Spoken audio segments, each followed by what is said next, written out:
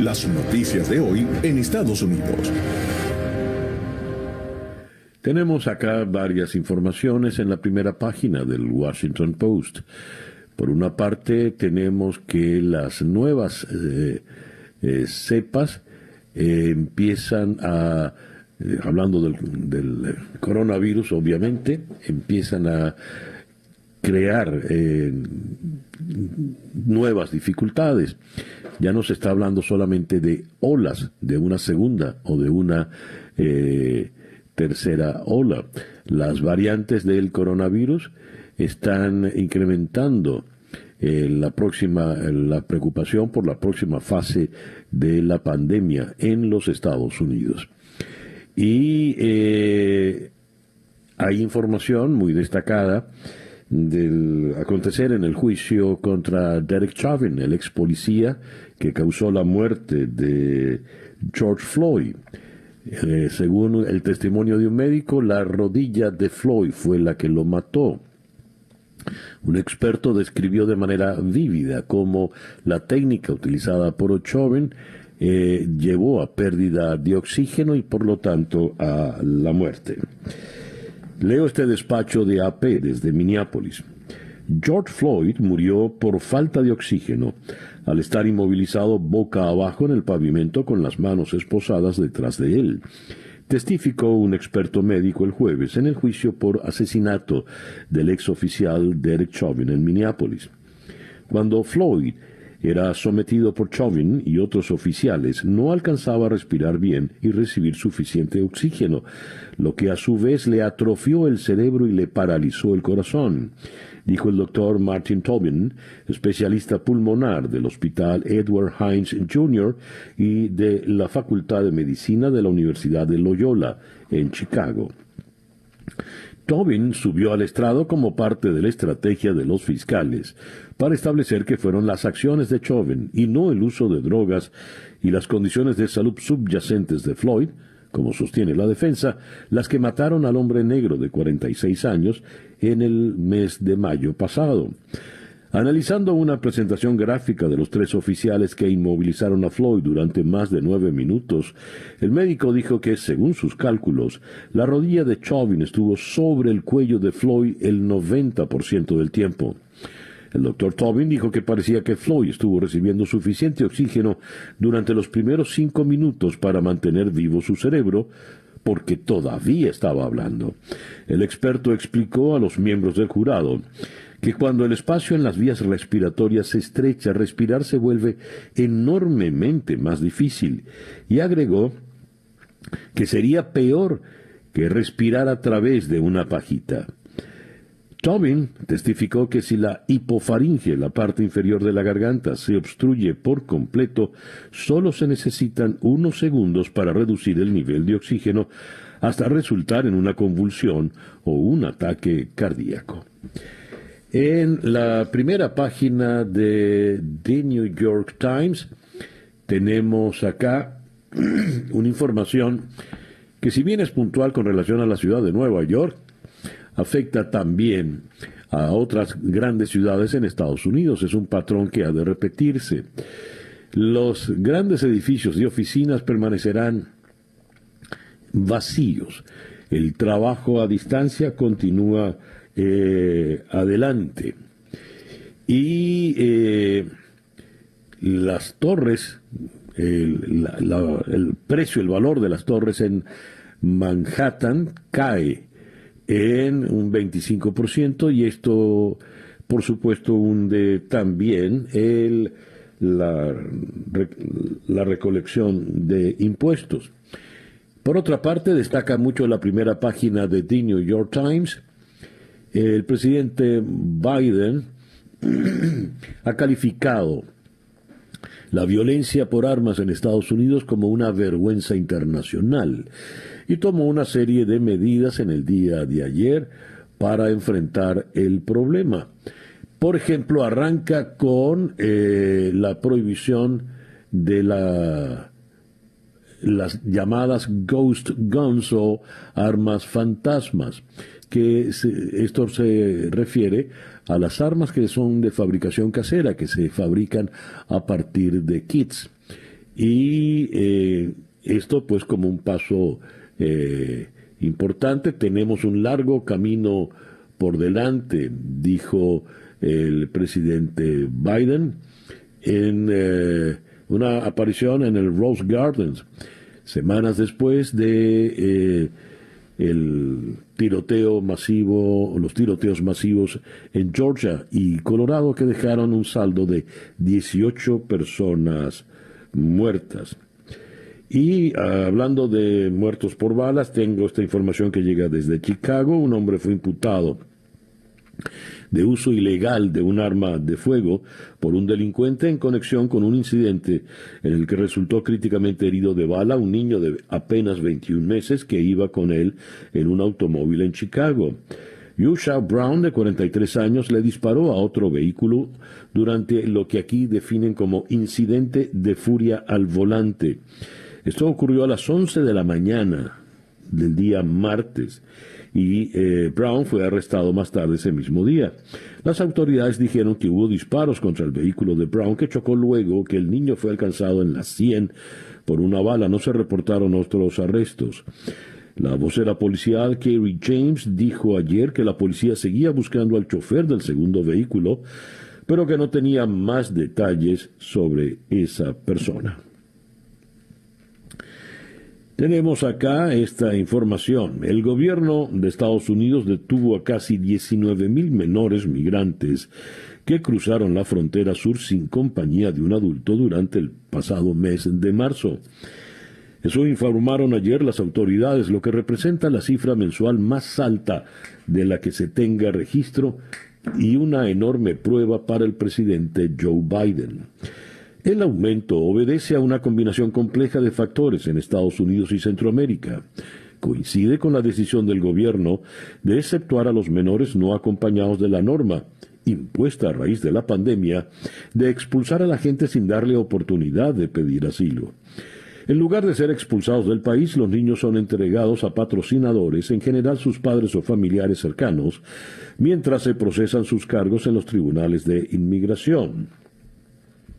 La patrulla fronteriza halló a 18,663 niños no acompañados durante marzo, de acuerdo con la Oficina de Aduanas y Protección Fronteriza, CBP, por sus siglas en inglés, muy por encima de los récords anteriores de 11,475 en mayo del 2019 y 10,620 en junio de 2014.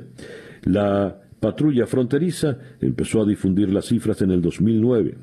Antes de eso, la mayoría de los cruces eran de adultos. El reloj indica en este momento las 7:18 de la mañana. Estas son las noticias de Venezuela. Tengo la primera página del diario El Nacional de Caracas. Para inmunizar a 70% de la población se requieren 30 millones de vacunas. Y al país solo han llegado 700,000 dosis. Mireya Goldwasser, presidenta de la Academia de Ciencias Físicas, Matemáticas y Naturales, indicó que para lograr la inmunidad de rebaño es necesario vacunar a un alto porcentaje de la población. Comillas. Si se descartan los menores de 11 años de edad, debemos inocular a por lo menos 15 millones de personas. Si el fármaco es de 2 dosis, estamos hablando de 30 millones de vacunas. Fin de la cita. Hasta ahora, solo se cuenta con menos de 1 millón de Sputnik 5 y Sinopharm provenientes de Rusia y China, respectivamente, insuficientes para llevar a cabo un proceso masivo de inmunización. Si queremos lograrlo en 6 meses, necesitamos 5 millones de dosis mensuales, es decir, 160,000 vacunas diarias. Eso dijo la doctora Goldwasser, presidenta de la Academia de Ciencias Físicas, Matemáticas y Naturales. Al lado de esta información, migrantes venezolanos en Colombia no piensan volver. Solo el 22,5% se plantea el retorno. Aunque 52% de los connacionales que han migrado al vecino país vive en algún tipo de pobreza, 77,5% no espera retornar, revela una encuesta sobre calidad de vida e integración desarrollada por el proyecto Migración Venezuela. De 22,5% que sí se plantea el regreso, 42,9% manifestó no saber cuándo y 28,6% asegura que lo hará cuando mejore la situación en el país. 39,6% reconoció que el ingreso económico que obtiene no alcanza o ha sufrido discriminación. 6,6% dijo que no consigue trabajo y 98% depende de empleos informales. 85% no tiene seguridad social, 51% está en rezago escolar y 48,8% se encuentra en hacinamiento crítico. Son cifras absolutamente pavorosas. Hablando de cómo se vive en el país, leo esta nota también en la primera página del diario El Nacional. Escuche usted. Los habitantes de los sectores Las Clavelinas y Mamonal de Paz Castillo, en el estado Miranda, en el centro de Venezuela, se quedaron sin servicio de agua por tuberías en 2001, cuando ya gobernaba el chavismo. De hecho, cuando ya el chavismo tenía 2 años en el poder. Resulta que 2 décadas después, 20 años después, en el 2021, es que el problema empieza a solucionarse. Casi 100% de los hogares en Venezuela sufren fallas en el suministro de agua, según un monitoreo publicado en febrero por el Observatorio de Gasto Público del Centro de Divulgación del Conocimiento Económico para la Libertad, se dice. Incorporarán a bancos privados para el pago de trámites del SAIME, dice también el Nacional. Y volviendo al tema de las vacunas, Venezuela no ha hecho el pago para acceder al sistema COVAX. Ciro Ugarte, director de emergencias de la Organización Panamericana de la Salud, dijo que continúan las conversaciones. El país negocia beneficiarse del mecanismo de la Organización Mundial de la Salud en medio de una disputa política entre Nicolás Maduro y Juan Guaidó, quien controla los fondos del Estado bloqueados en el exterior. Y representantes de Nicolás Maduro en Brasil deberán registrarse como inmigrantes. El juez de la Corte Suprema, Luis Roberto Barroso, negó la petición de los funcionarios del régimen de permanecer en Brasil en condición de diplomáticos hasta que termine la pandemia, porque para ellos sencillamente diplomáticos no son. Continuando con el tema de las vacunas. El régimen confirmó ayer que la vacuna cubana anti-COVID, Abdala, que se encuentra en periodo de prueba, se producirá en un laboratorio estatal en Caracas y con cuya fórmula espera conseguir la inmunización masiva de la población. La vicepresidenta ejecutiva Delcy Rodríguez dijo en unas declaraciones a través de VTV que expertos cubanos visitaron la planta de la empresa socialista para la producción de medicamentos biológicos, Espromet Bio, donde verificaron las condiciones para la producción de la vacuna Abdala. El gobierno de Colombia acusó ayer al de Venezuela de intentar mostrar una imagen ficticia de lucha contra el régimen y dijo que en realidad es cómplice de grupos narcotraficantes, la guerrilla del ELN, Ejército de Liberación Nacional, y las disidencias de las FARC. Recientemente, esa dictadura, refiriéndose a Maduro, intenta mostrar una imagen ficticia de lucha contra el crimen, pero el mundo conoce que el régimen de Maduro no respeta ningún marco de legalidad. Esas son palabras textuales de Claudia Blum, la canciller de Colombia. Y cerramos con esta información. Estados Unidos monitorea el envío de buques iraníes con combustible a Venezuela. La administración Biden no tomó ninguna medida de aplicación de sanciones aparente cuando 3 petroleros iraníes entregaron gasolina a Venezuela a finales de enero y febrero. El reloj indica en este momento 7:24 de la mañana. El editorial con César Miguel Rondón. He leído temprano esta información de la agencia EFE desde Caracas. El gobierno de Venezuela confirmó ayer jueves que la vacuna cubana anti-COVID Abdala, que se encuentra en periodo de prueba, se producirá en un laboratorio estatal en Caracas y con cuya fórmula espera conseguir la inmunización masiva de la población. Eso lo dijo la vicepresidente Delcy Rodríguez. Resulta que esa vacuna Abdala está en periodo de prueba y no será sino hasta mediados de año que se espera haya superado estos periodos de prueba, de manera tal de que pasará mucho tiempo hasta que pueda haber un proceso de vacunación en el país. Pero atención, en Venezuela sí se están vacunando, porque en Venezuela, si bien la señora Rodríguez dijo que no se van a vacunar como en los países ricos, solo los poderosos, en Venezuela, que ya no es un país rico, entre otras razones, por culpa de la señora Rodríguez y sus compañeros, en Venezuela ya no es un país rico. Y no tenemos vacunas, pero los altos personeros del régimen, los militares y los enchufados, para definirlos de manera genérica, sí se han vacunado. En otras partes del mundo se han tenido éxitos importantes en la lucha contra el COVID. En Estados Unidos, por ejemplo, se ha llevado adelante un proceso de vacunación masiva que ya está dando resultados muy, muy positivos. Pero lo que se espera para los venezolanos no es nada halagador. Como dice el titular de hoy en el Nacional, para inmunizar a 70% de la población se requieren 30 millones de vacunas.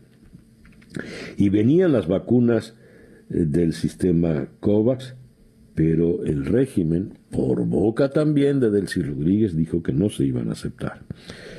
Este régimen criminal politiza absolutamente todo. En ningún momento, en las discusiones sobre la vacuna, está de por medio, está en consideración la salud de los venezolanos. No los vacunan y se mueren. Y uno habla del COVID como una enfermedad que cada vez la tenemos más cerca.